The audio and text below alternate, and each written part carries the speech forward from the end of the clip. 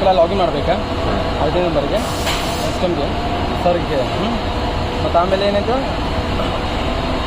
DIO ಮತ್ತು PO1 ಮತ್ತು ಆಮೇಲೆ ಈ ಇದಕ್ಕೆ ಐತಲ್ಲ ಇದಕ್ಕೆ 4C ಈ ಮಾಡೋದ ಈ ಎಂಟ್ರ್ ಮಾಡೋದ ಮತ್ತು ಆಮೇಲೆ 4C ಬರೋರು ಎಂಟ್ರ್ ಮಾಡೋದ ಮತ್ತು ಆಮೇಲೆ 4C ಔಟ್ ಇದಕ್ಕೆ ಎಂಟ್ರ್ ಮಾಡೋದ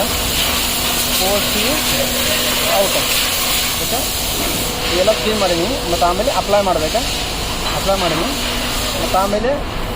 ಮೇಂಟೆನೆನ್ಸಾಗಿ ಹೋಗೋದ ಮೇಂಟೆನೆನ್ಸ್ ಮತ್ತು ಆಮೇಲೆ ಅಡ್ಜಸ್ಟ್ದಾಗ ಹೋಗೋದ ಮತ್ತು ಆಮೇಲೆ ಲಿಮಿಟ್ದಾಗ ಹೋಗೋದ ಲಿಮಿಟ್ದಾಗ ಹೋಗಿ ಈಗ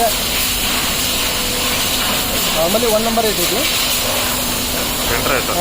ಎಂಟ್ರ್ ಮಾಡಿದ್ರೆ 1 ನಂಬರ್ ಇರ್ತೈತದ ಇಲ್ಲೇ ಸೆಲೆಕ್ಟ್ ಮಾಡಿ ಎಂಟ್ರ್ ಮಾಡೋದು ಅಂದರೆ ಪೇಜ್ ನಂಬರ್ 2 ಹೋಗ್ತೈತಿ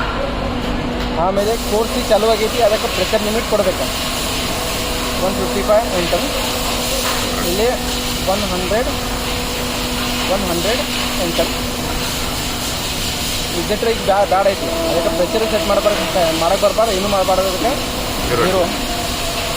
0 ಇದು ಟೈಮ್ 0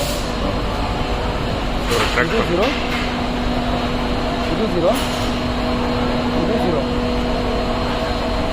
ಆಯಿತಾ ಈಗ ಅದು ಕಂಪ್ಲೀಟ್ ಆಯ್ತು ಈಗ ನೀವು 4C ಚಾಲೂ ಮಾಡಿ ಅಪ್ಡೇಟ್ ಮಾಡ್ಬೋದು ಮಾಡೋಣ